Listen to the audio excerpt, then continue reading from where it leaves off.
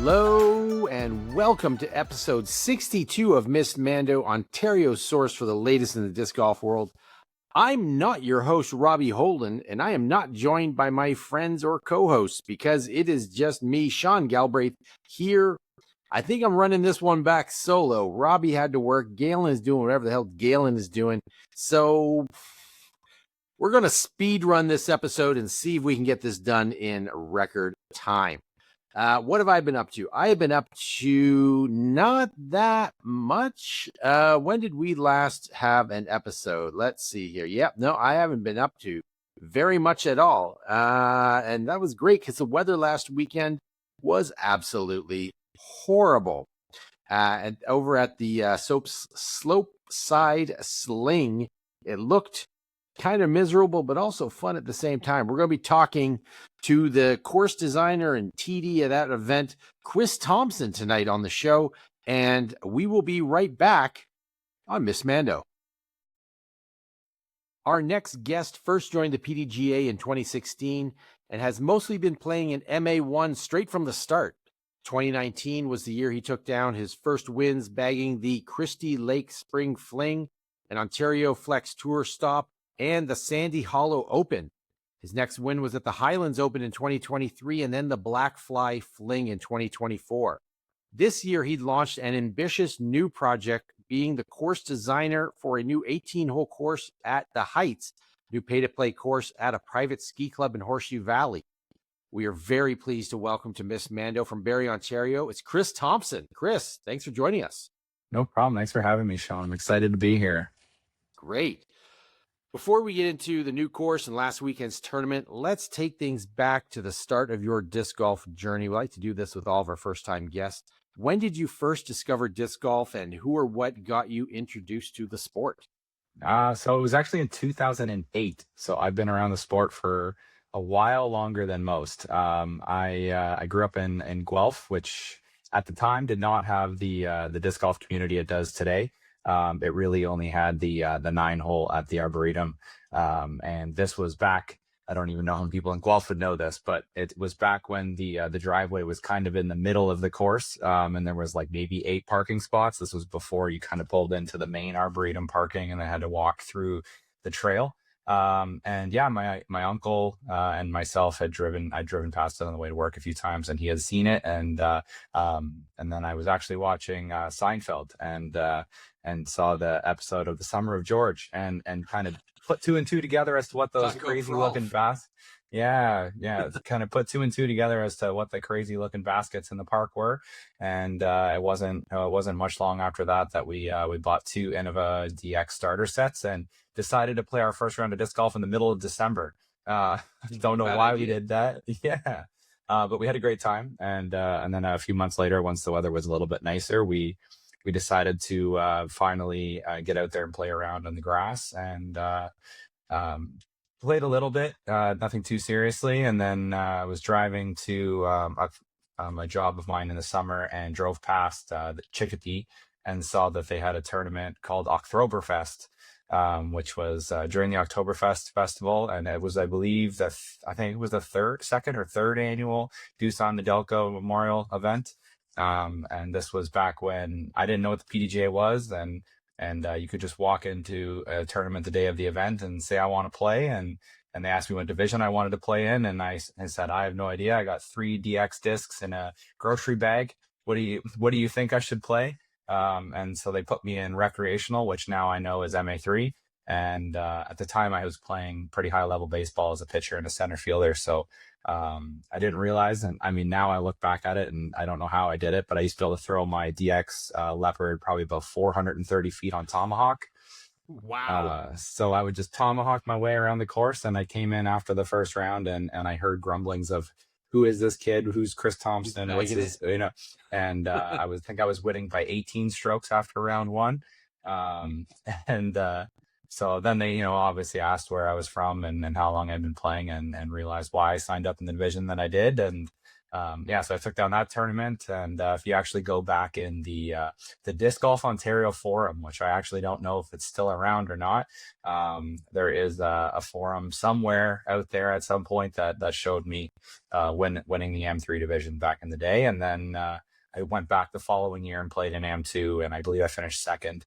And then and then I stopped playing for a while and moved to Barrie and went to college, and I was actually at a local, I don't think they're around anymore, a salad shop, and called the Vocal Bar, and a local Alex Brown. I haven't seen him in a while myself, but he was talking to the guy in front of me about disc golf, and I could tell the guy wanted nothing to do with the conversation. So I had stepped in and said, hey, I used to play, I think this was 2014 or 2015.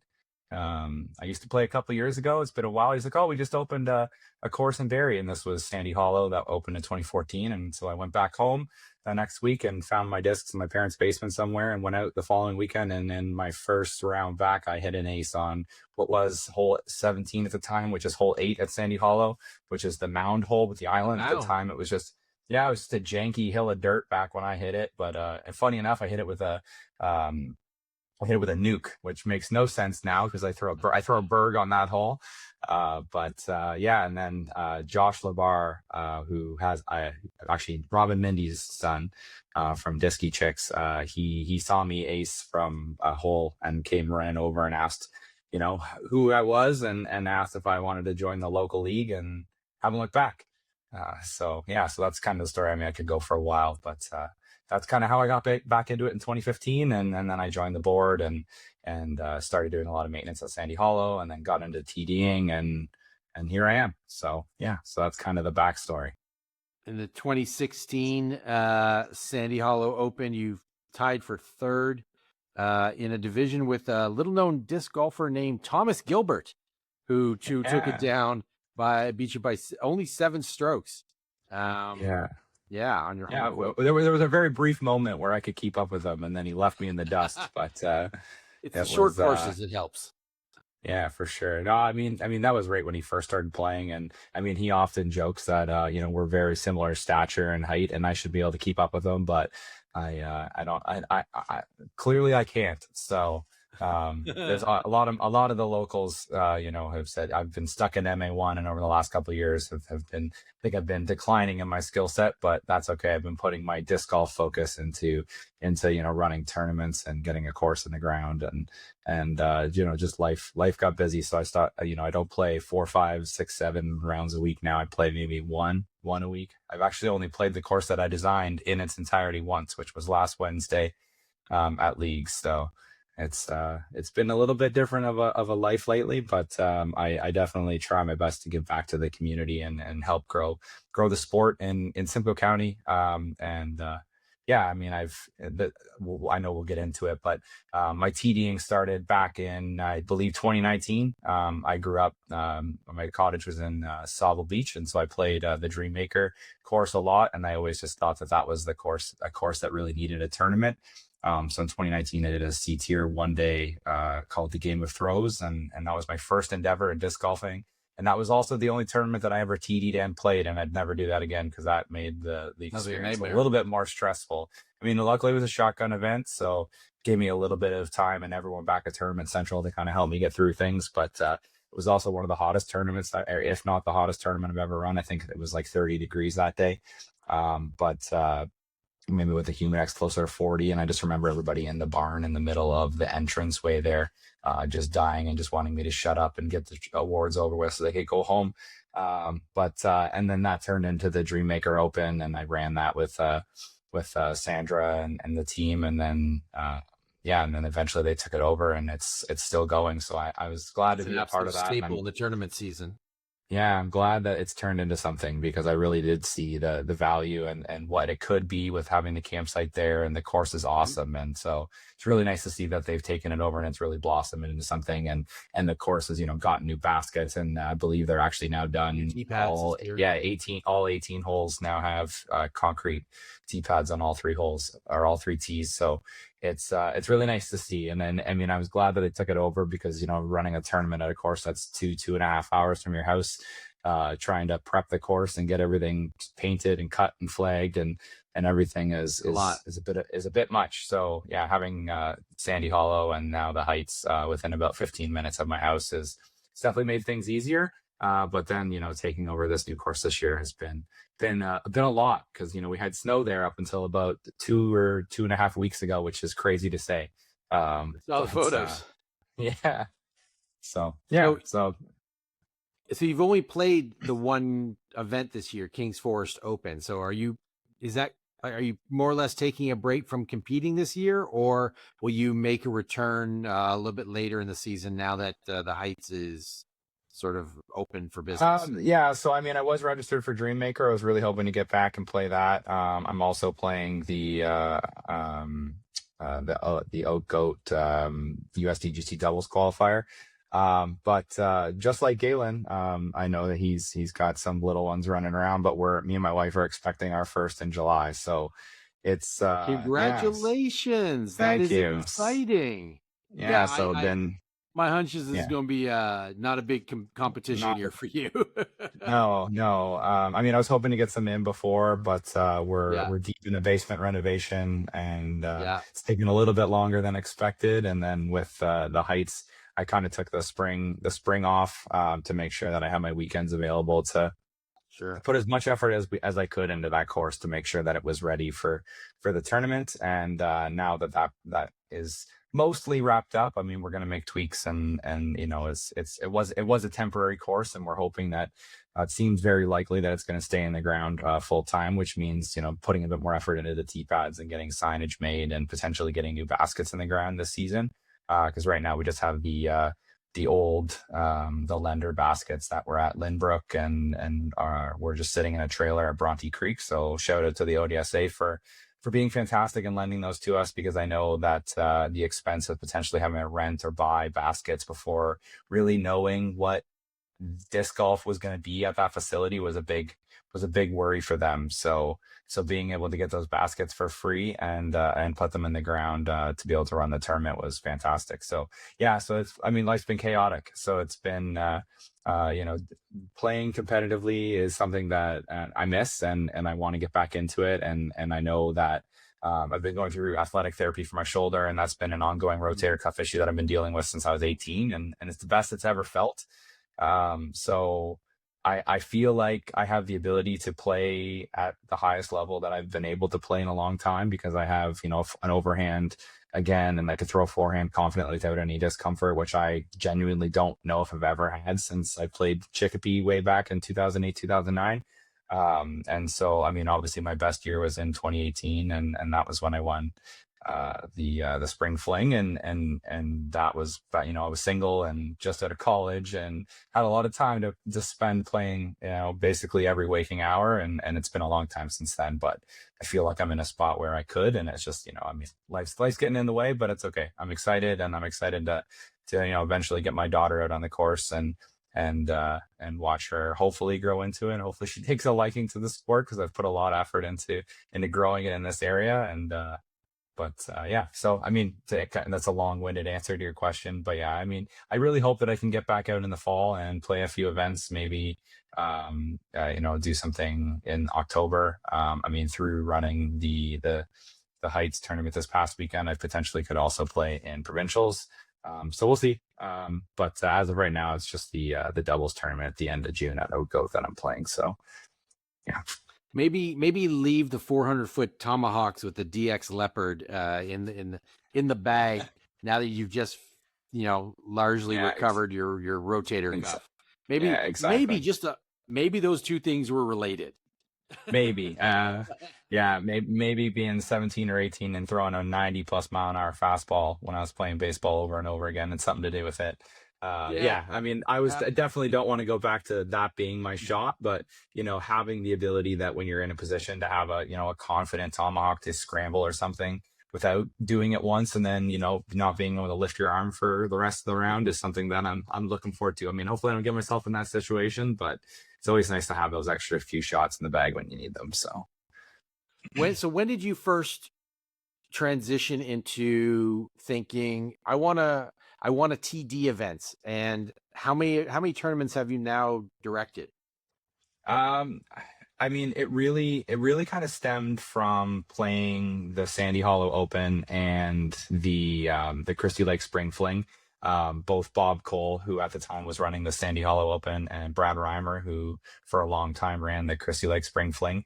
I just always appreciated the effort and the I guess the smoothness of the days of the tournaments that they ran, and yeah, I mean, I feel like when I first took over or started playing sports or started playing the sport and played at a Guelph, I just felt like it was so cool to see the transition from 2008 2009 to what it was when I joined again in 2015, and just seeing the community at Sandy Hollow grow from when I first started there, we'd go to league to be 6 of us, to go out and see 30-40 guys on a regular basis. Just seeing that growth, I just really wanted to be a part of it.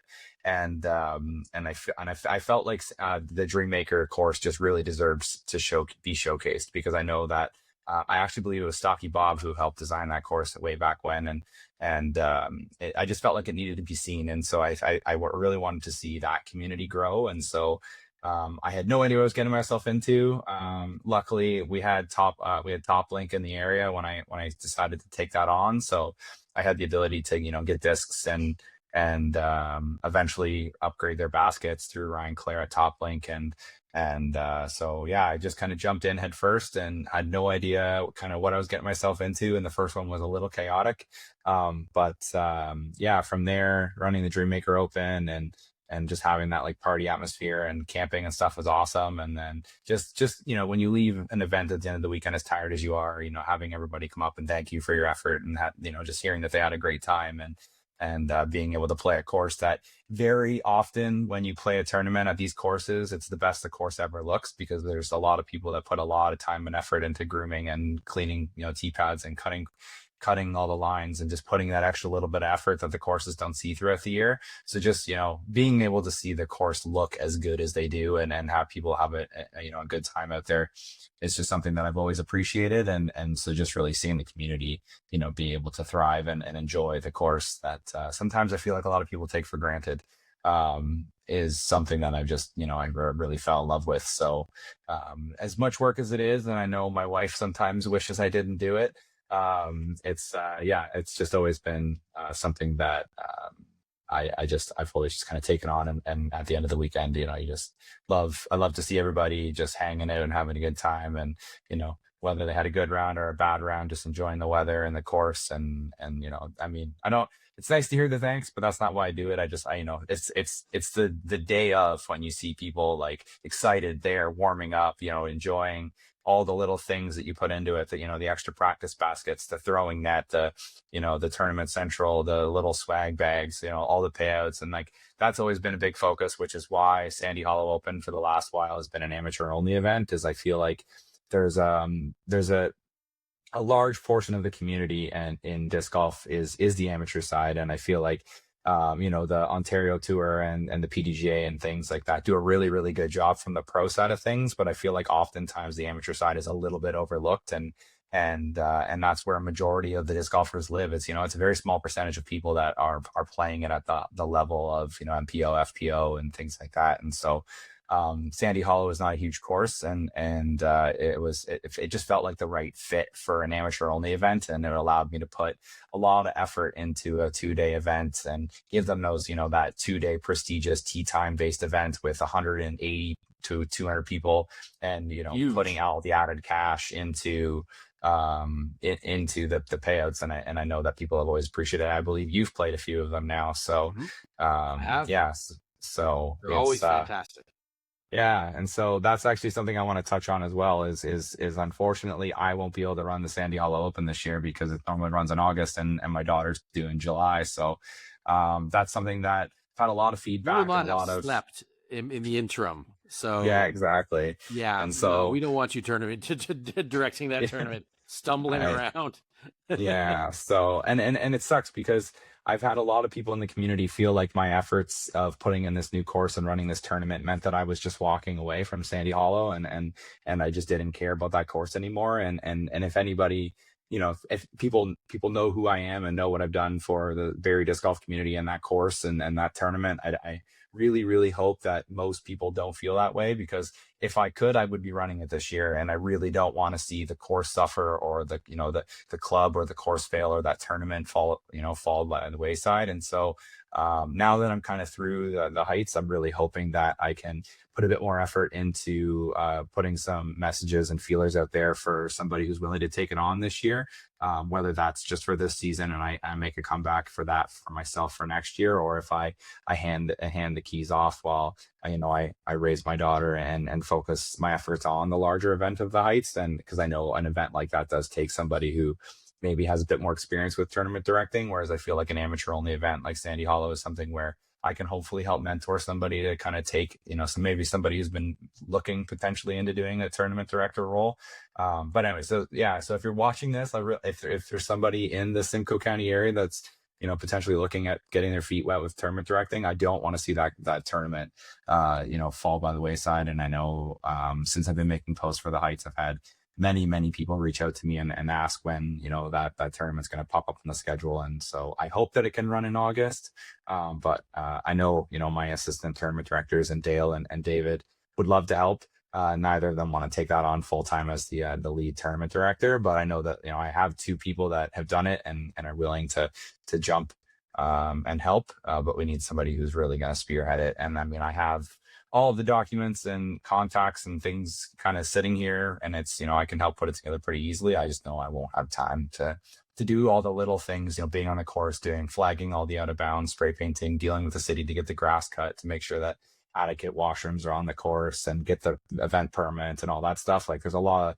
things that go into running a tournament behind the scenes that I don't think a lot of people realize. And it's a lot of hours, a lot of sleepless nights, a lot of emails and phone calls and nights at the course where you're out there with 20, 30, 40 people that are out there enjoying the course, playing, and you're weed whacking and spray painting and doing the things. So but yeah, I really hope somebody can take it on, because I don't want to see that tournament fall by the wayside, because I know there's a lot of amateurs in Ontario that really appreciate that event. So yeah, anyways, let's talk about your new little project that you've had on the little, yeah, sure, we'll call it little. Just little smidge, little wee thing, known as the Heights.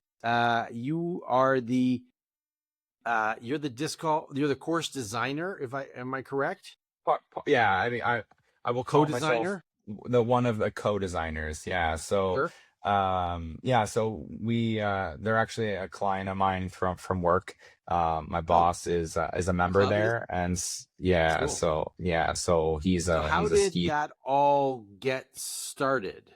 So we do their marketing. So I work for a digital marketing agency. So my boss did their logo, and he's been a member there for a long time. And so when I first got brought onto the company I work for now, I helped build their website while I was project manager of the website. And so I got the ability to have meetings with a lot of the executives and board members of the facility. And one of the things that they always brought up is the fact that they're an equity-based membership ski club, and it is a private ski club, but they don't really have a whole lot going on in the summer. And they have some mountain bike trails that run through their property that connect with both Horseshoe and Copeland Forest.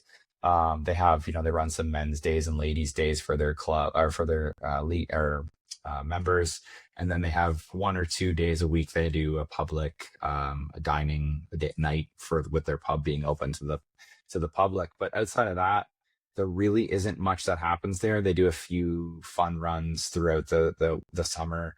They do a lot of weddings now. That's actually where my wife and I got married in September, and so there was a need for them to have some sort of value incentive for their members in the summer. And so I jokingly brought up in a meeting, hey, what about a disc golf course?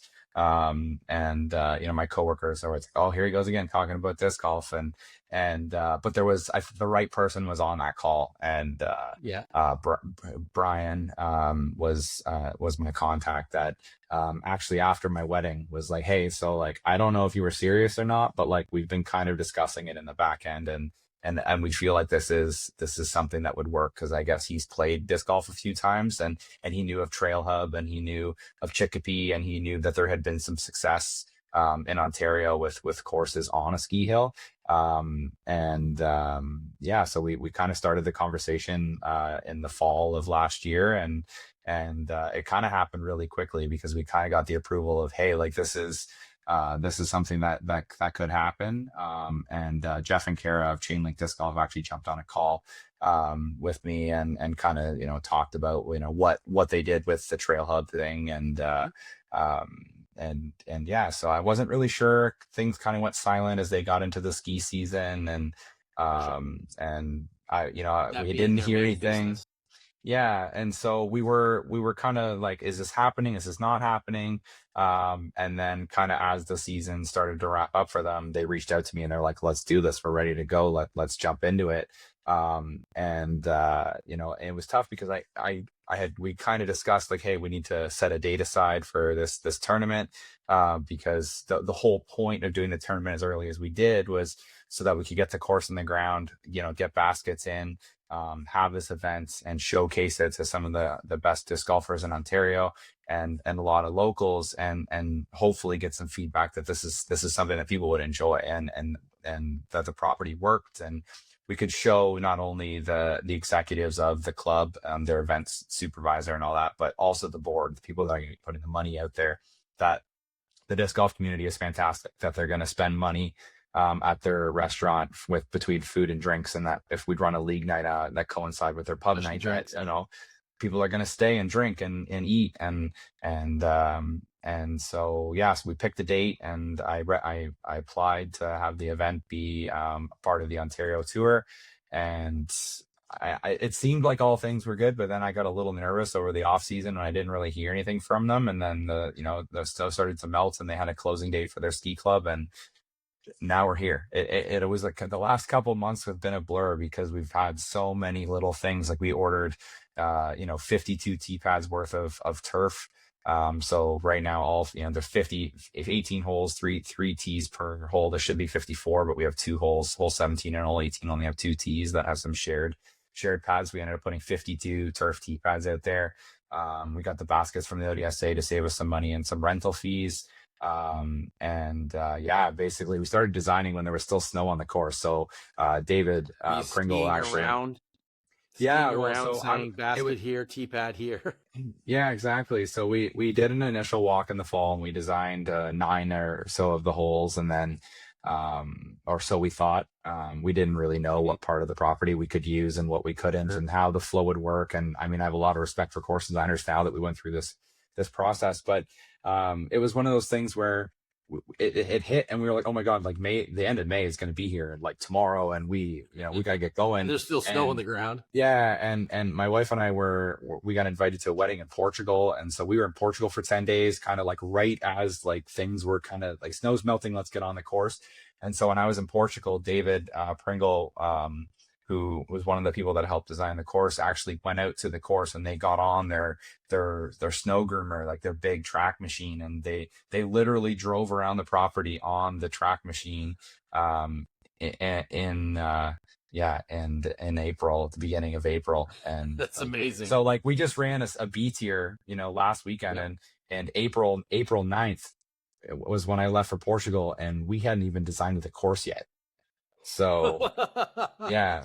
So it was quite the undertaking, because basically I got back and they were like, hey, this is kind of where we can use. So we got some information from that. And as soon as we could kind of walk the property, like there was times where we were walking in snow or ice at that point, because man-made snow does not melt the same as regular snow, which is why it took so long for that snow to get off that property, where we were walking and designing holes and being like, we're going to put a basket here, but there's still 4 feet of ice, essentially. And so we didn't get the baskets in the ground until about 2 weeks before the tournament.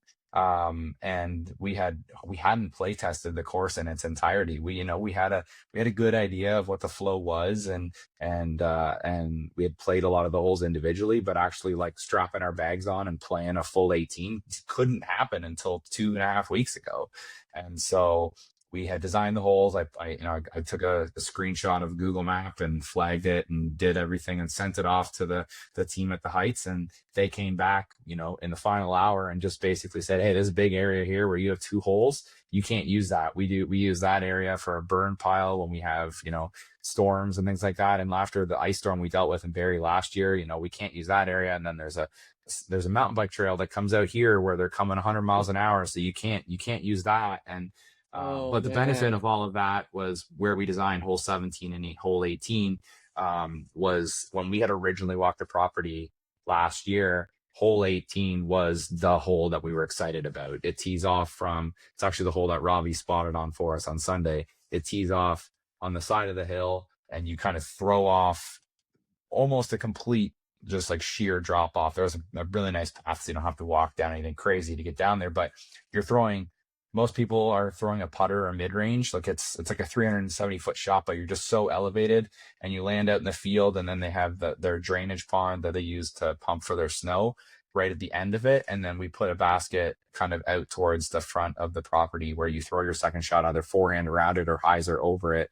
So you're throwing like off the cliff to a field. And then it just was like, this needs to be 18. It's beautiful. It brings you right back to the chalet.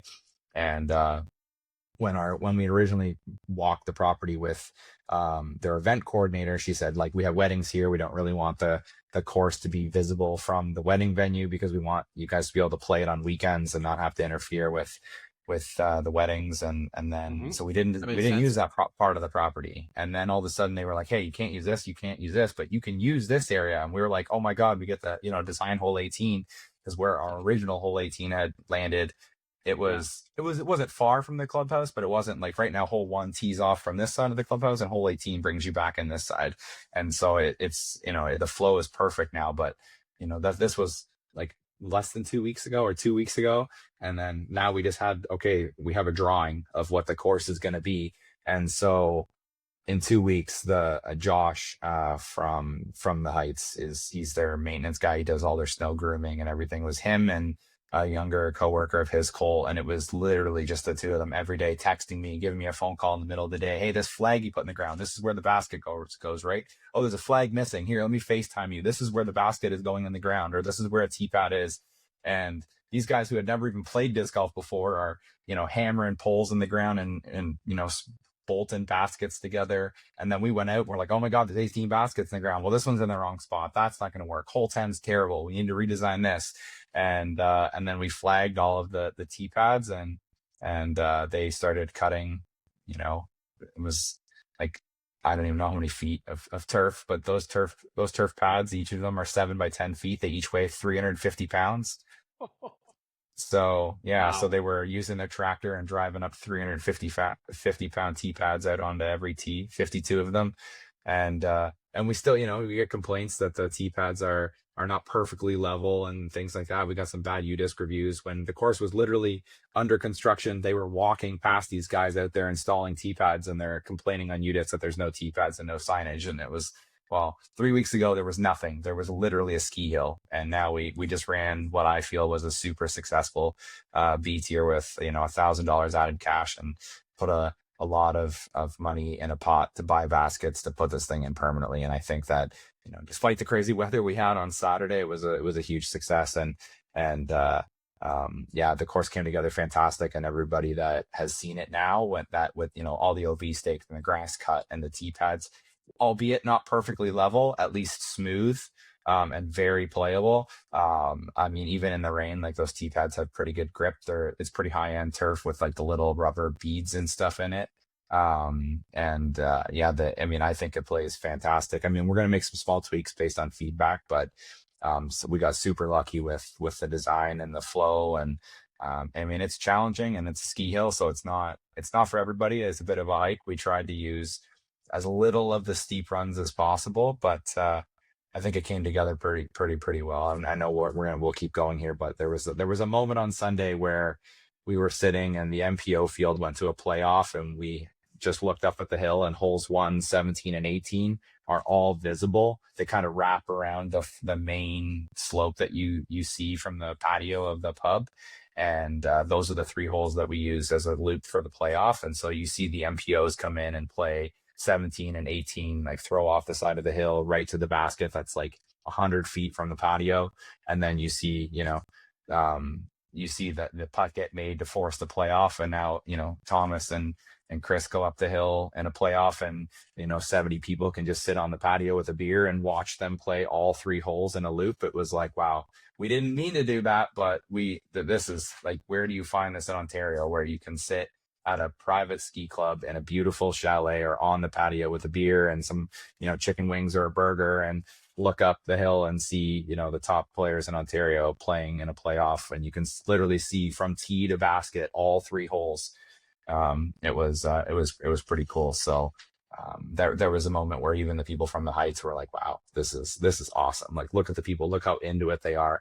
And I mean, it was quite the momentum shift and the mentality shift from Saturday.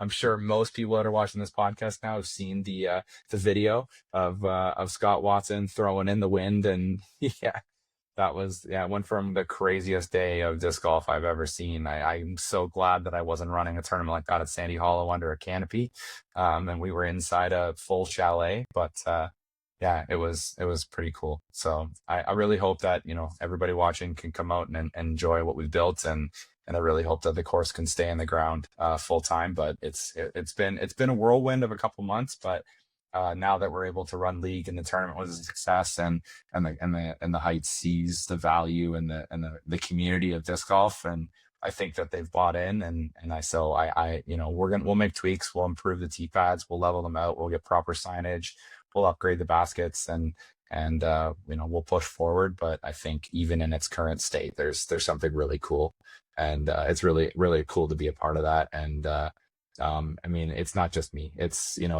David. He had the whole week off before the tournament. He was out there every day, moving deadfall, and all the baskets that were in the woods there was literally just piles of, I mean, they were still affected from the ice storm because they didn't have a disc golf course to have to clean up in the woods, right?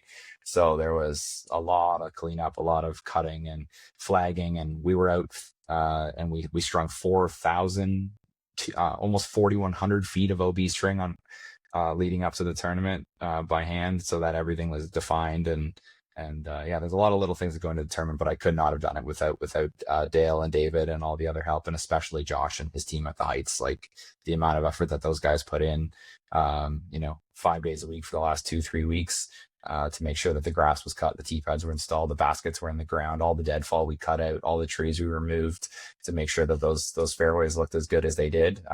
It wouldn't have happened without them. And so shout out to those guys. But I hope everybody had a good time, and I really hope that the rest of the summer people can get out there and enjoy it, because when you're up on hole 5 and you're at the putting green and you're overlooking the entire Copeland Forest, there's, as far as I can tell, there's nothing like it in Ontario. So that'll be pretty spectacular in the fall, I would imagine, mm-hmm. when the leads are all changed.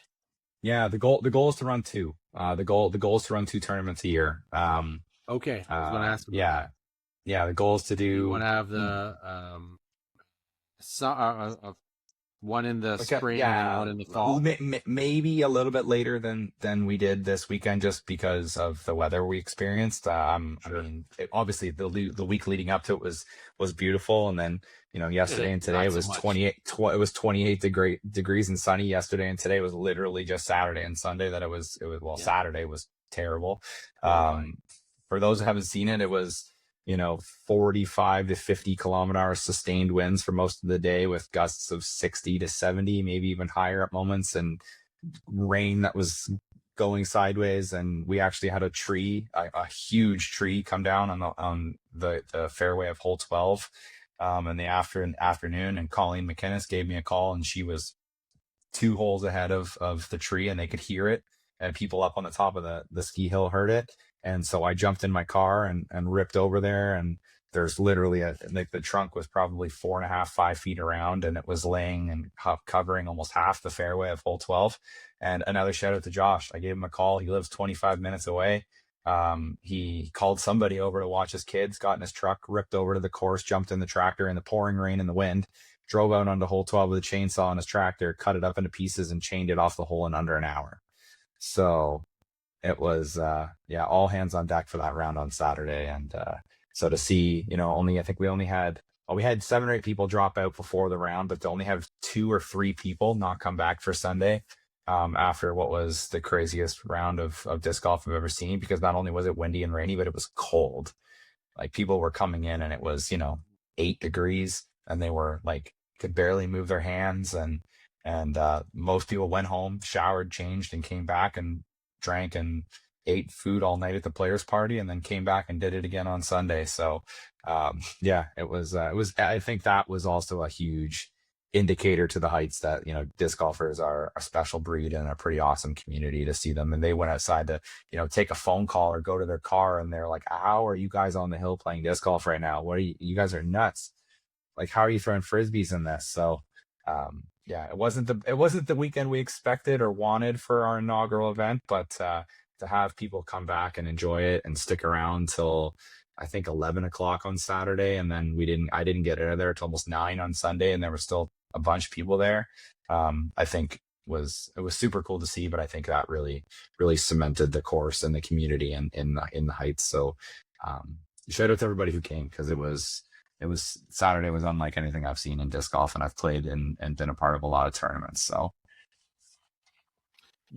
so how many people from the club itself were there to sort of see this thing go down, and were they like, were they sort of impressed with the event, and have they walked the course to see what you have created on their property?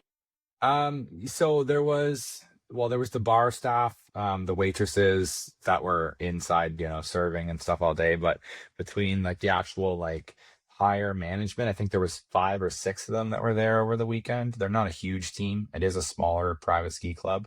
But yeah, most of them were there pretty much the whole weekend, just making sure everything went smooth, that they weren't understaffed or overstaffed, because they didn't really know what they were getting into. They've never hosted anything like this before. Sure. But yeah, I feel like I think 4 or 5 of them now have been out and walked the course. I know Josh and his maintenance team have extensively seen what we've done. But yeah, no, none of them have played yet. But Josh is for sure, and the rest of the team is getting a very large stack of discs out of my garage, which I know my wife is happy for me to get rid of. We're really hoping to get out there and play around and that speaks to something else. Like when we were designing this course, I mean, it's big, it's a ski hill. We wanted it to be able to get out there and challenge the best of the players in the province, and hopefully the country. If people, hopefully in the future we can turn this into something bigger. But we wanted to make sure that not only was it catering to the long throwing, very high level players, but we wanted to make sure that the short tees, so there's 3 tees on every hole, but the shortest layout was accessible and fun and scoreable. And I mean, we saw it all weekend. We had pros on the blues shoot, I think -7 was a hot round. Kind of like the middle, like, AM3, AM2, FA3, FA2 divisions. Like we had a -10 and a bunch of kind of -6 to -10s from the middle tees, the whites. And then we had anywhere from -12 to -6 as the hot round in divisions from the reds. And so that was what we wanted. We wanted every division to go out and have a layout that worked for them, that they could come in and they got birdies, had eagle looks. They weren't just playing the same layout and coming in at, 30, 40 over par, like some courses. And so, I mean, you're still walking the property. It is still a hike. But we wanted to make sure that, there was a layout for everybody. And I know that was super important to the Heights as well, because they wanted to be able to have their members and their families come out, and the kids and people who've never played disc golf come out and have something that was attackable and scoreable and fun, and not just throw down this entire ski hill and lose a disc every 4 throws. So that was a challenge, was making sure that, I mean, I could throw pretty far. And so it's like, I want to design these holes that are throwing, up and down all these ski runs, but we also need to take a step back and look and say, hey, how can we design this course that, one, is accessible so you can walk it and you're not going to die? And that's one thing that I think we got a lot of feedback from people who played Chicopee and stuff before, because there are people that were like, Chippy was beautiful, but I get to the top of that hole and I'm like, 5 minutes, 10 minutes having to sit there and catch my breath. And a lot of people were like, yeah, it was tiring. You get to the top, but then it's like 30 seconds later, you're like, okay, I'm good to go. Let's throw. And so, yeah, there's some climbing, but we tried to get a lot of it over with at the beginning of the round when you're fresh. and then you're flat or downhill for most of the round, and then a little bit of a climb again at the end, which is rewarded with a shot off 18. So you get there and you're like, oh, okay, I understand why we climbed the hill again. But yeah, so I mean, I haven't been out there with the club, but that is the plan in the next couple of weeks, is to get out there and one, teach them to play, but two, just get them to see what we built and really appreciate the property that they have in the summer. And if you get them into disc golf, then they'll want to get out there and work on it and keep the grass cut for us, because it's a lot of work. So yeah, so I think that they've bought in, but we'll see. I mean, this is kind of the test year for them. We've basically been told we can keep the baskets from the ODSA for the season. I know that they're all gray, and the one complaint we've had is that you can't really see them. So we're going to try to do something. Yeah. We're going to try to do something to make them visible from a distance. But yeah, a flag on the top. Yeah, exactly. So yeah, it's just because they're the mock baskets. There is not even really a band to wrap. Band. Yeah. So we'll put some sort of marker on it and make them a little bit more visible. And who knows, maybe they're more bought in than I think, and we won't need these baskets all year, and they're in, and we're gonna buy something that's modern and new and bright and shiny and will be visible. But at least we know we have baskets for the season, and the course is, as far as I can tell, is in the ground for 2026, and I would assume that it's going back in next year and we can keep this thing going. But yeah, the goal is one tournament in the spring or late spring, early summer, and then again in the fall, because I think, as beautiful as it is right now, playing that course in the fall overlooking the Copeland Forest and with the colors, I think it's gonna, it'll be even more special. So I really, really hope that we can do both those, and then it allows us to have two, maybe not as prestigious events for both of them, but like have one like championship level, like ODSA or OCC event, provincial qualifier, and then have something that is probably just as big, but something where we can have a bit more fun and do something a little bit different. So that's the goal. But it's going to take a lot of support from league nights and the community, and keeping that thing clean and cut, and improving the tee pads, and continuing to have supports that we can put money into their pocket so that they have the money to buy the baskets and the signage, and it's going to be a lot of screening and a lot of stuff to make those tee pads whatever everybody wants them to be. And it doesn't happen overnight, and it's going to take a lot more than just our maintenance crew to do it. And so hopefully we can build a community of people that care and want to come out and help and put their sweat and probably some blood and tears into it, because lugging some of the stuff up that mountain isn't easy, I'll tell you that. So I mean, so many questions. So if someone wants to go out and play the course now, is it open every day? How do you pay for a round? Is it a day pass? Is it a single round? Are any of the club facilities open for daily use, or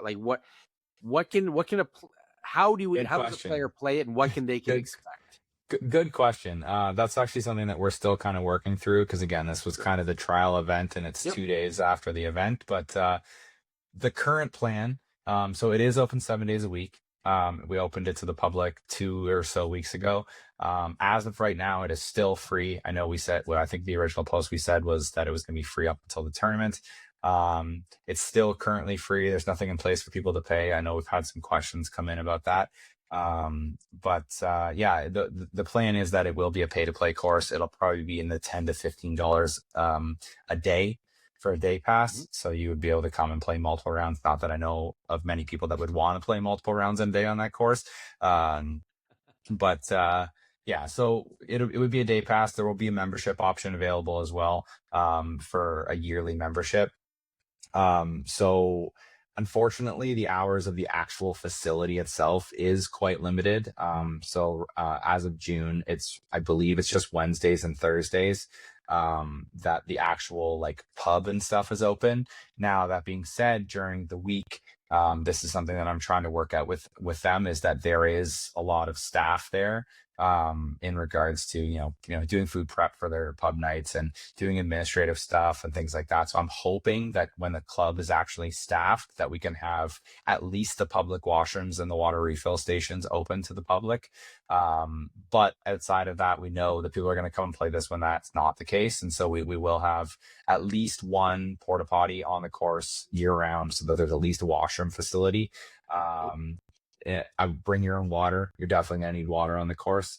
But the goal is to have when it's staffed to be able to go inside and buy a day pass and hopefully you be able to use the washrooms and the water refill station, and maybe they have a small snack station or something open.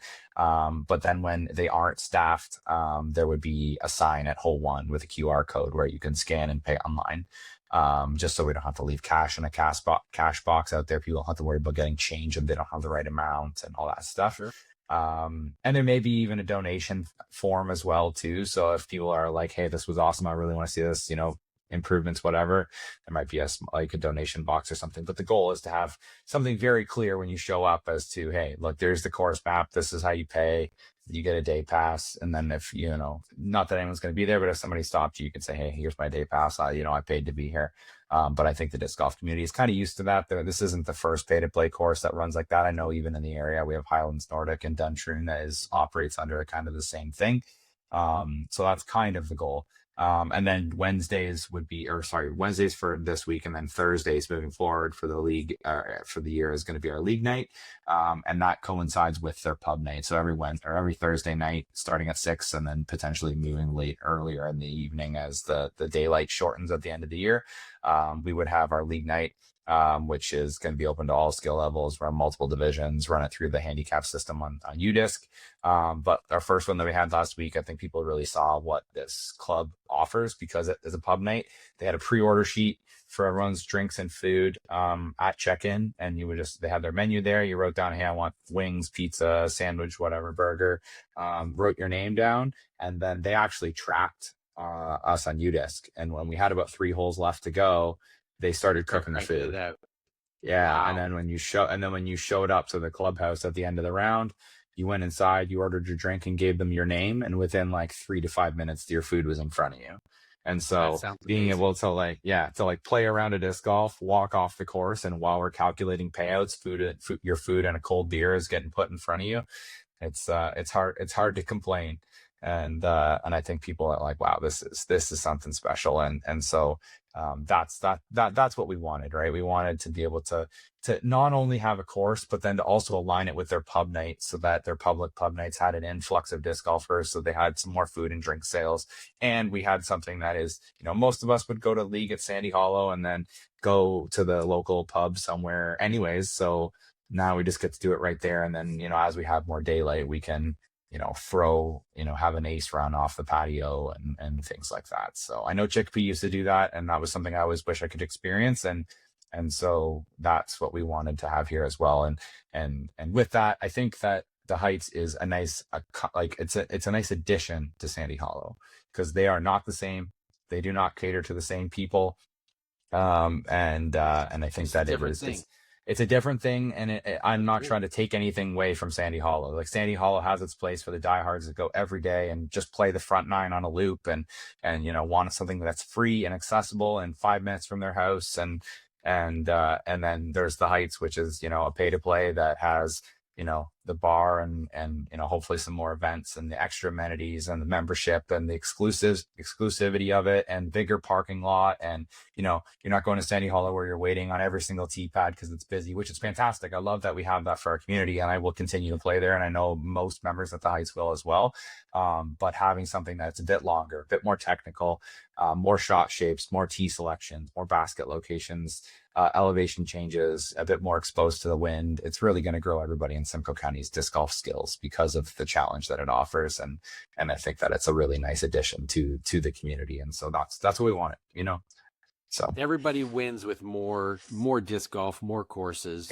Exactly. And we have a lot of land and very little courses in Simcoe County. And I know that's been a comment from Ontario as a whole. So it's nice to see us finally moving forward and getting a second course in the ground. So, I mean, it sounds like it was a hell of an event especially with the weather, big challenges.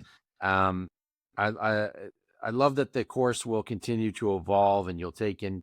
Sounds like you're going to take in some member feedback and some of the player feedback and make improvements. Sounds like the club is under learning. It's learning that this is legit, and that disc golfers are absolutely insane. Yeah, just a Who little will bit. play in just about anything.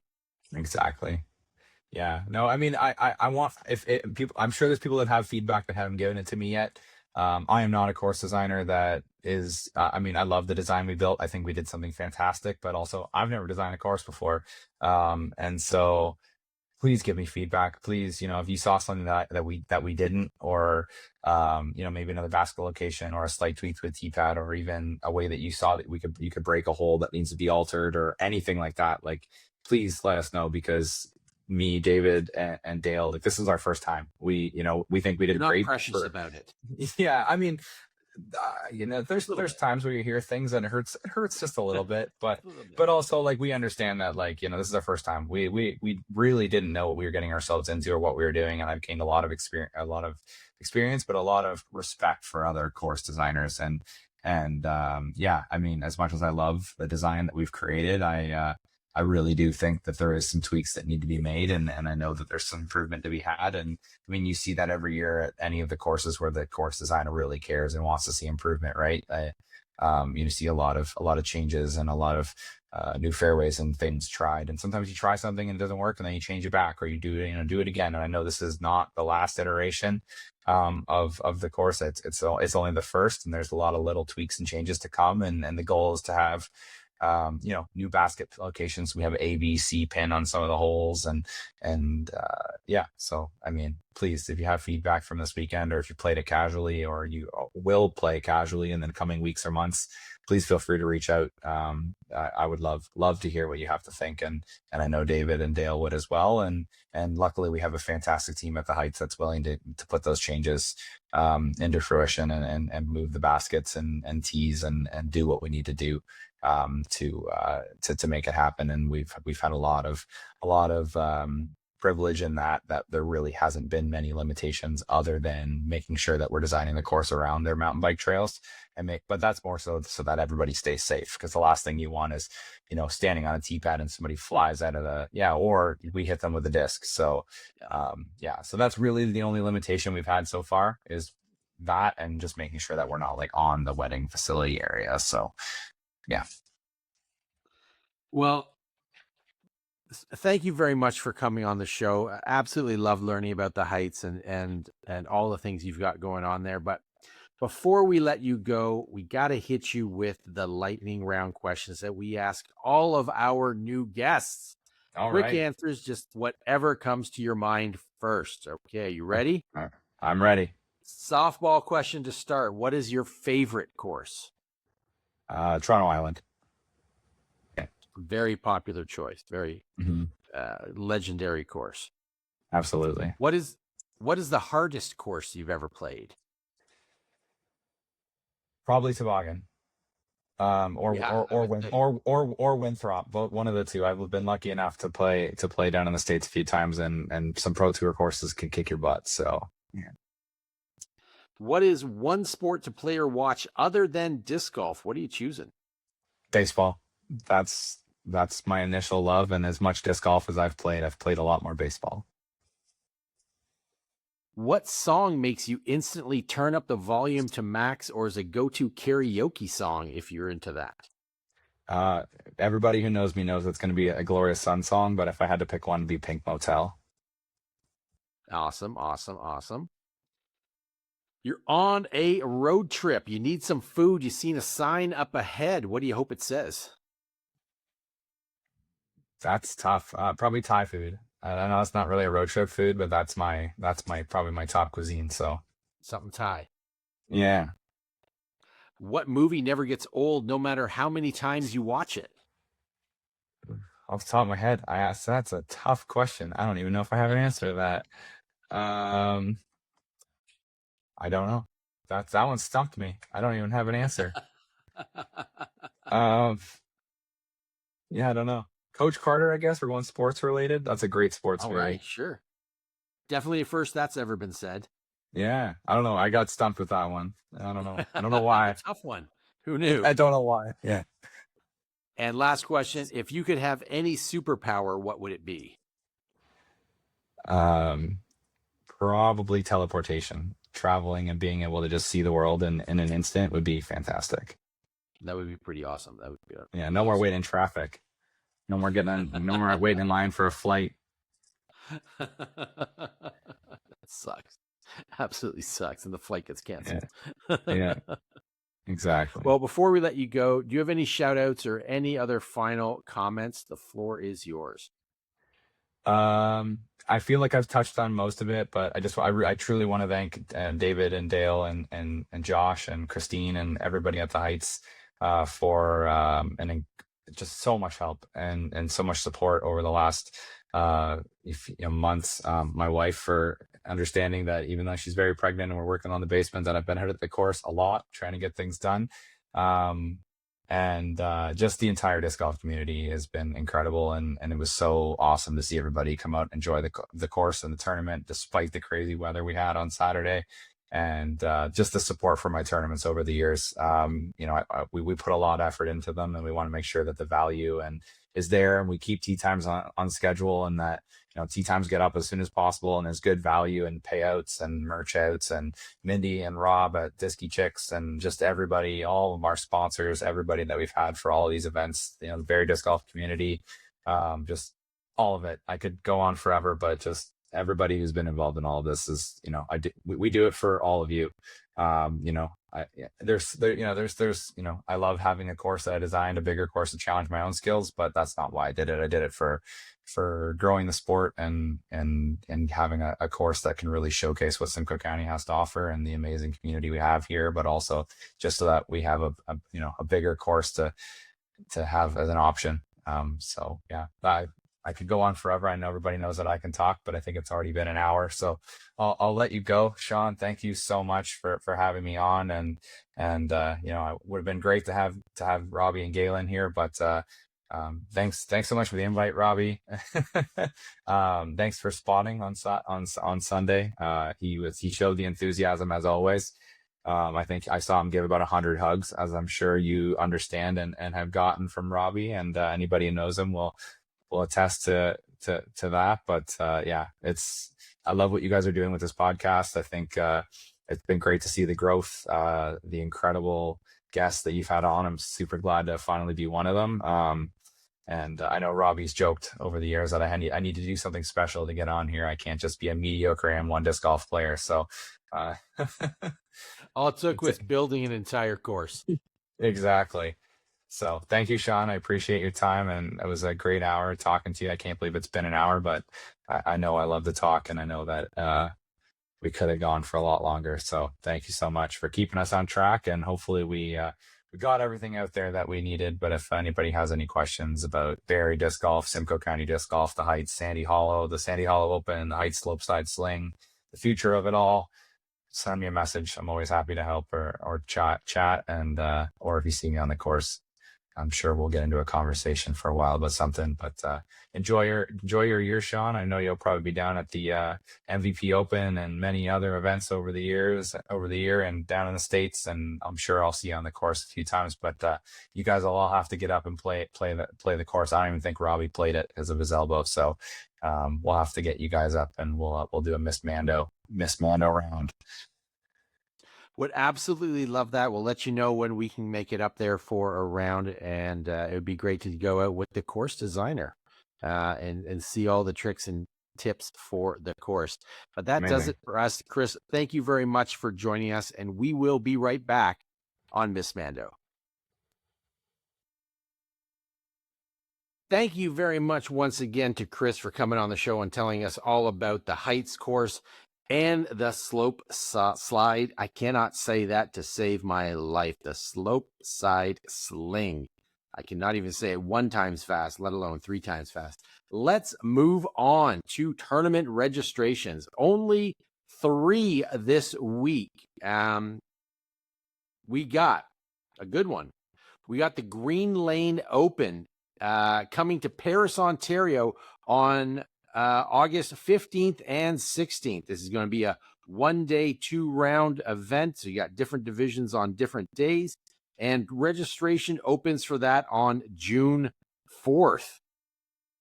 The next event in the 60 and Heisers midweek series of tournaments is coming to Sandy Hollow on August 19th.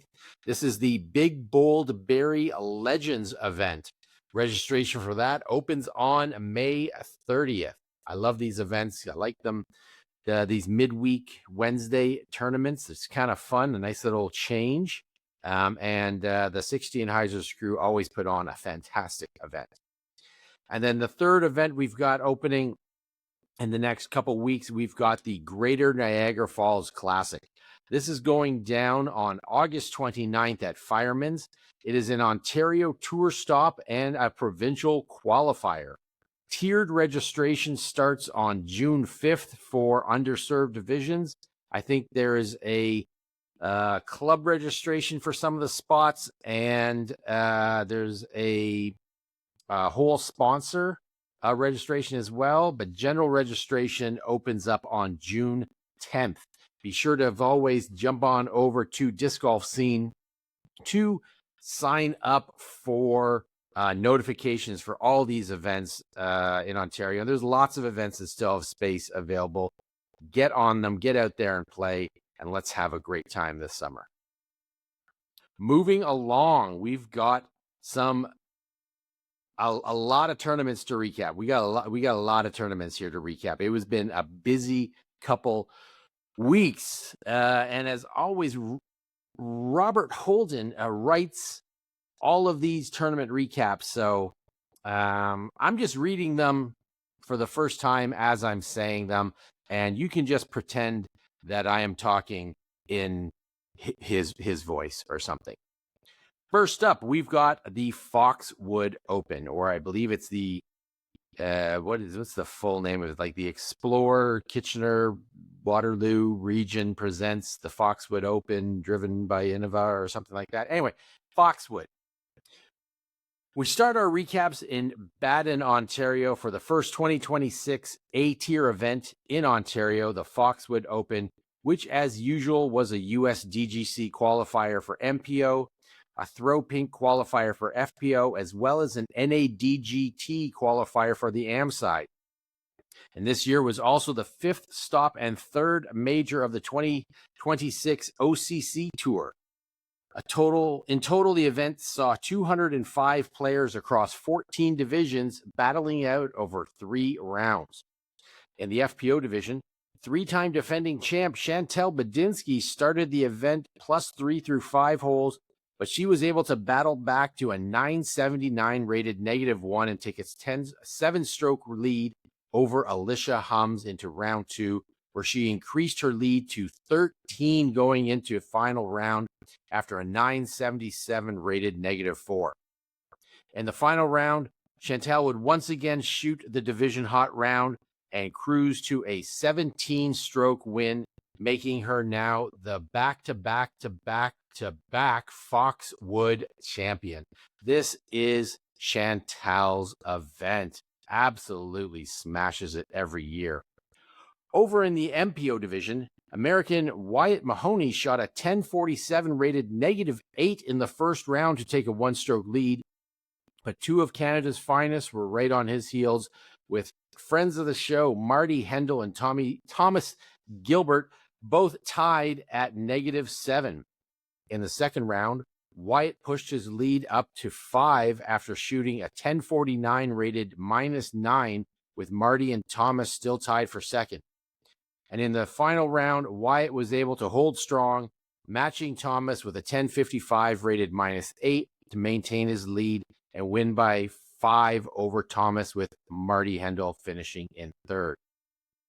In FP40, PDGA Hall of Famer and 5-time FPO World Champion, most importantly, friend of the show, Elaine King, shot a 911 rated +8 in the first round to take a 4-stroke lead over Sandy Hendel into round 2. But in the second round, it was Sandy who was able to shoot the hottest round in the division for the entire tournament, a 952 rated -1. erasing the 4-stroke deficit and taking a 4-stroke lead over Elaine into the final round. In that final round, Elaine shot the hot round, but only by 1 stroke, as Sandy would take down the win by 3 strokes, her second A-tier win of the season so far. Over in MP40, Pete Chapman shot a 1,002 rated -2 to take a 2-stroke lead over Brady Belanger and Greg Grutenberg. And after round 2, he extended his lead to 3 over Greg, with David Finch sitting in third, 7 strokes back of the lead. In the final round, Pete was once again able to shoot the division hot round, extending his lead to a 10-stroke win over Greg, with Brady and David finishing in a tie for third. In the top amateur divisions, defending champion in FA1, Brooklyn Okrafka shot a 912 rated +2 in the first round to take a 1-stroke lead over Kyrie Rakeig. And in the second round, she separated herself from the division with a 944 rated even par to take a 10-stroke lead. Kyrie was able to shoot the hot round in round 3 to take a bite out of Brooklyn's lead, but in the end, it was Brooklyn taking down the win by 7 strokes, defending her title from 2025. And finally, in MA1, Seth Brower shot a 1,002 rated -2 in the opening round to take a 4-stroke lead over John Koch and Liam Rusnak. But in round 2, Nate Framps went absolutely berserk, shooting the highest rated round of the tournament in any division, a 1059 rated -14, which included birdies on the final 9 holes to take a 6-stroke lead over Eli Schatt and John Koch into the final round. The final round was more of a struggle for most of the field, but Seth Brower shot the hot round to jump up 3 spots into a tie for second with John, and Nate took down the win by 6 strokes. Well done, all involved there. We got a couple ace shout-outs to do this week. Seth Brower, MA1, 400-foot, hole 13. Bam, that is a massive ace. I have so many questions. I would hope somebody got that on film. It seems unlikely, but man, that is a big ace. And MA3's Ken Lau got a 245-foot ace on hole 2. Well done there. And we've got 3 close battles that we want to highlight as always. MP50 went to a playoff between Dave Northrup and Daryl Bankus. Dave emerged with the win when all was said and done. MP60 saw Eric Vandenberg beat Tom Raub by a stroke. And in MA50, Ian Martin and Scott Nowak Thompson went to a playoff, and in the end, Ian took it down. Well done there. Congrats to everybody who went out and played at Foxwood. Fantastic event. Well done, Sean O'Reilly, as always, and your team for putting on a fantastic event yet again. Happening the same weekend as Foxwood was the 6th stop in the 2026 OCC Tour, a staple on the disc golf calendar in Ontario every year. It's the Black Fly Fling. This saw 81 players across 10 divisions battling for 4 rounds and looking for a podium finish to qualify for provincials. In FPO, it was the Colleen McInnes show early on, as she would shoot a 969 rated -4 in the first round to take an 11-stroke lead over Alyssa Saunders. And in the second round, she shot a 962 rated -2 to extend her lead to 14. Alyssa shot a 949 rated -8 in round 3, including an ace on hole 19 to shrink Colleen's lead to 12. But in the final round, Colleen put her foot on the gas, taking down the win by 18 strokes in the end for her 4th win of the season so far. Over in MPO, Chris Zollins shot a 1032 rated -11 in the first round to take a 3-stroke lead over Dan Bauma, who shot a 1005 rated -8. And despite another solid 1005 rated -7 by Dan in round 2, He found himself trailing by 9 strokes after Oz lit the course on fire with an incredible 10:57 rated -13. Dan was able to shrink the lead to 8 following a 10:03 rated -13 in the third round, but it was not enough as Oz was able to push his lead to a 15-stroke win after 4 rounds, averaging an amazing 10:26 for the event to claim his first victory of the year. In MP40, Jason Jalonen took a 3-stroke lead over Billy Lang following a 978 rated -5 and increased his lead to 5 after round 2, with Benjamin Marshall moving up 3 places into second. Jason once again increased his lead in round 3, this time to 7 strokes following a -14. And despite a valiant effort from Nathan Kay with a 979 rated -4 to cut into the lead, Jason was able to take down the win by 3 strokes, his first win since the 2024 Black Fling. In the top amateur divisions, Sarah Skates took a 5-stroke lead over Lauren Williams after the first round, but after round 2, Lauren was only sitting 1 shot back of the lead. Sarah pushed the lead to 2 strokes after round 3, and in the final round, she pulled away, taking down the win by 6 strokes, her 3rd win of the season so far. Well done to those 2 white sprucers. Getting the points. Well done. In MA1, Alejandro Diaz-Yana took a 1-stroke lead over Spencer Botten after shooting a 969 rated -4 in the first round. But after the second round, he was able to pull away from the division and take an 11-stroke lead going into round 3. Alejandro kept his foot on the gas, and in the third round, increasing his lead to 16 strokes. And when the dust settled after the final round, he took down the win by an absolutely dominant 22 strokes, with White Spruce's Mike Pelly finishing in second and J.R. Menard rounding out the podium in third. This was an ace fest, this event. We've got Dan Bauma in MPO bagging a 150-foot ace on hole 16A. We mentioned Alyssa Saunders in FPO getting the 160-foot hole 19. It's a fun little island shot, one of the temporary holes for this layout. Linda Fearon in FPO got the 156-foot hole 10. Billy Lang in MP40 got a 200-foot ace on hole 19 as well, from the longer position on that one. Ian Brooks in MA40 got the 204-foot hole 4 ace. David Wickstead in MA40 as well got the 180-foot hole 12. And for the first time, I think, in Miss Mando history, we have one person bagging 2 aces in the same tournament. We got Erica Hughes in FA40 bagging the 160-foot hole 19 and the 186-foot hole 8. Absolutely amazing. I don't know how many of them were in the ace pot, but I think you probably spent like a $1.50 or something like that with how many aces there were. What an amazing show of disc golf up there in South River. We had 2 divisions that were 1-stroke separators. First, in MA40, Taylor Clark and White Spruce's Wes Watto went to a playoff, and in the end, it was Taylor taking it down. And in FA40, Stacy Kaufman eked out the win over Darlene Teal by a stroke. Well done there. And so Robbie writes most of that script, except the aces and the close battle stuff. That's all me.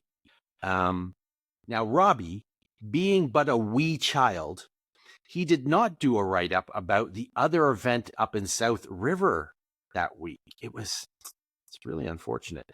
It was, of course, I'm talking about the 2-round Black Fly Legends for the age-protected divisions. It was cold and windy and a hell of a lot of fun. There were 2 pro divisions represented, MP50 and MP60, and the AM divisions and the male and female categories from 40 to 70. I played MP50 and, per tradition, came in dead last place. by a lot. Local boy Jody Slade, however, did not completely throw like total hot garbage across the course. It finished with a -6, beating Jason Jalonen, who finished even par. Well done, Jody. In MP60, Mike McCubbin finished -5 and beat Howie Meeker by 4 strokes. Over in MA40, in a wonderful bit of coincidence, so at the Blackfly Fling, as I mentioned just a few minutes ago, White Spruce's Wes Watto and Taylor Clark, they went to a playoff, and it was Taylor taking it down in the end. But that wasn't their first matchup of the week, because they both were at the Legends as well.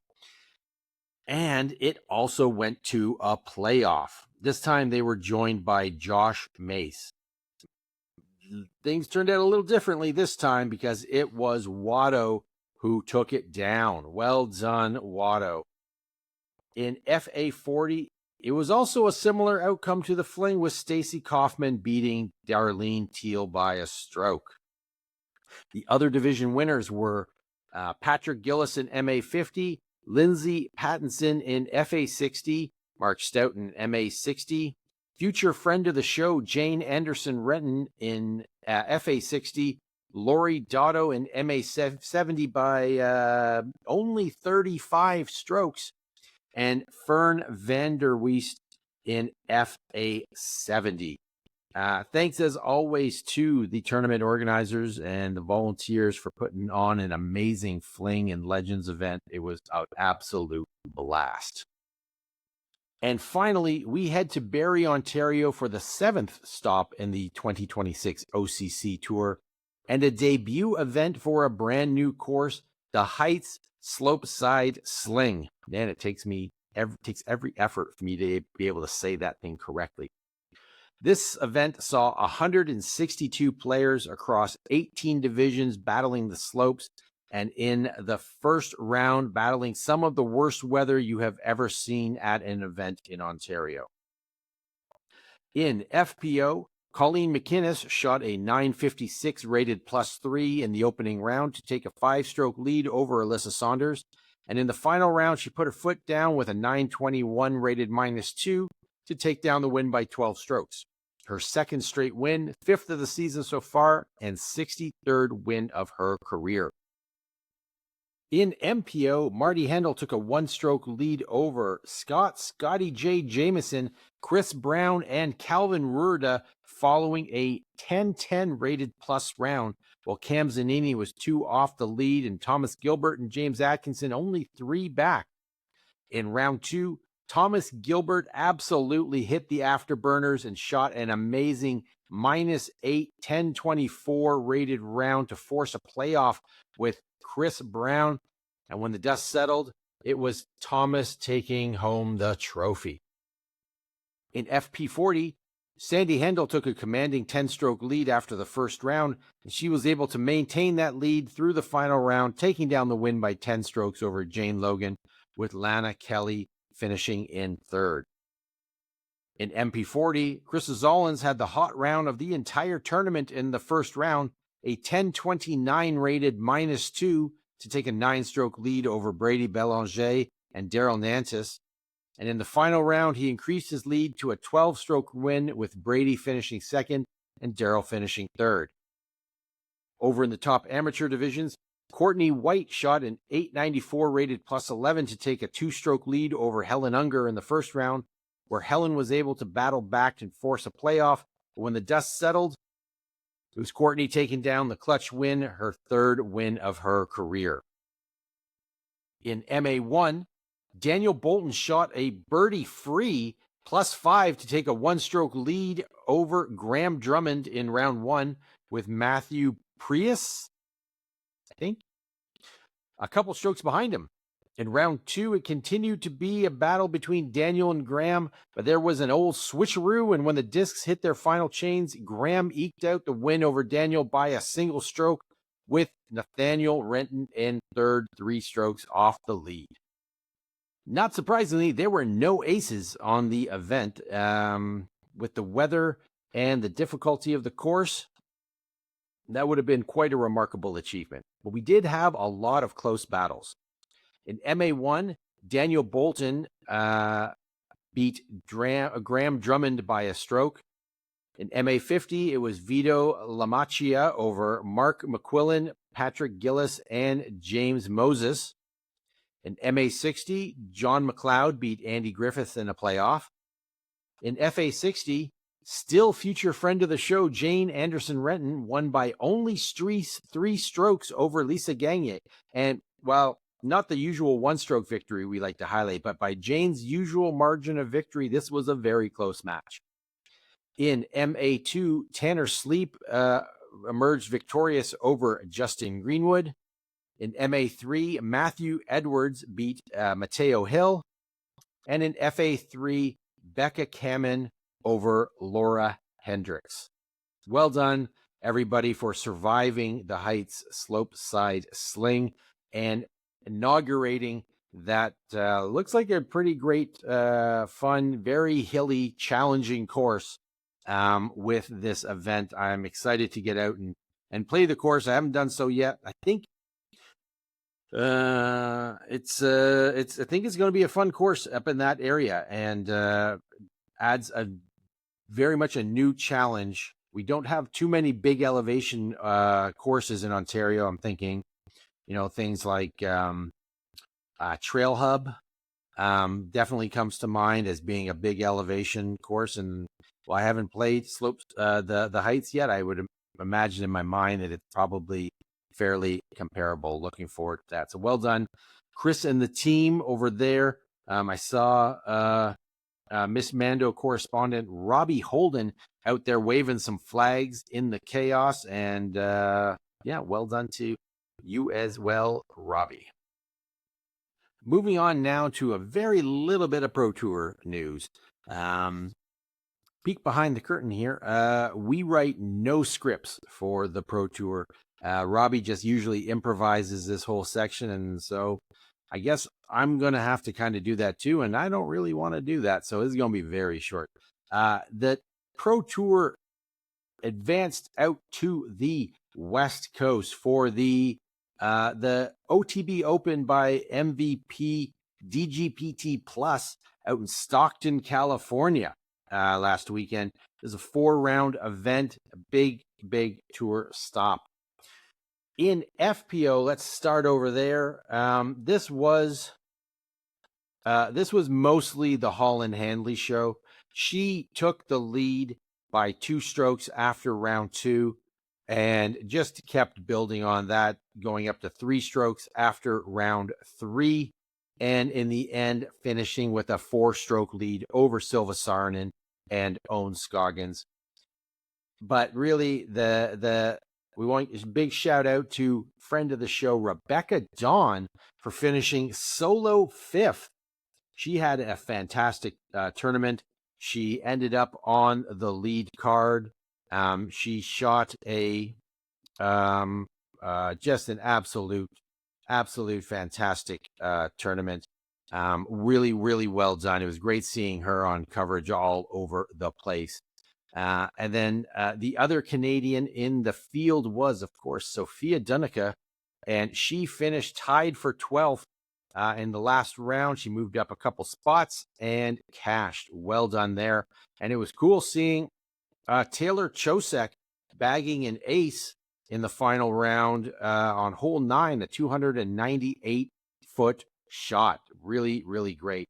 But this time, the main action was over in MPO, which isn't always the case when you have like the Gannon Burr show just running away with it and giving you other things to do on Sundays. But that was not the case this time. Calvin Heimberg he was the man this weekend. He took a 3-stroke lead after round 1, down to a 1-stroke lead after round 2. But then, Gannon starts doing Gannon things. Gannon starts putting his foot down, starts charging. Even though at the end of round 3, it was a 5-stroke lead. You just can't count Gannon out. with only 5 strokes with one round to go. And that is exactly what happened. Gannon shoots a minus 10 final round, 1073 rated, and that's with a bogey, and forces Calvin to make an insanely clutch bogey save putt on 16 and another big clutch putt on 18 to force a playoff. And when the dust settled, it was an incredible playoff. Gannon Burr pars it, and Calvin Heimberg shoots an incredible birdie on hole 18 and absolutely smashes a win. This was an incredible event to watch. Definitely you should go back and watch the Jomez or the highlights or most of the round. And part of it seemed like nobody actually trying to win, but no, they were, and they did. And it was a fantastic, really, really fantastic final day out in Stockton. And that is going to do it for this week. Episode number 62 of Missed Mando. Want to give a shout out to all of you out there playing this weekend, whether you are at the Madeline Kerr Memorial Disc Golf Tournament, maybe you're playing the Sudbury Match Play Series, or you're up also in Sudbury doing the Raspberry Rumble. Maybe you're at Hope Goat playing a spring thing, or the TD Academy Tottenham Open up at TNT, or maybe the Birdie Derby at River's Edge in London. Maybe you're heising around the Spruce for the Little Heisers Tour stop at White Spruce. Or maybe you're playing the Bronte Legends, or the out at Bronte, of course, or what we got here, the Nickel City Skins series. I think that's still before our next episode. Anyway, wherever the hell you're playing, have a good time, have fun. Hope the weather is favorable, unlike last weekend, and you score personal best and you take it down, because I know I will not. That's it. I'm your host, Sean Galbraith, and we will see you out on the course.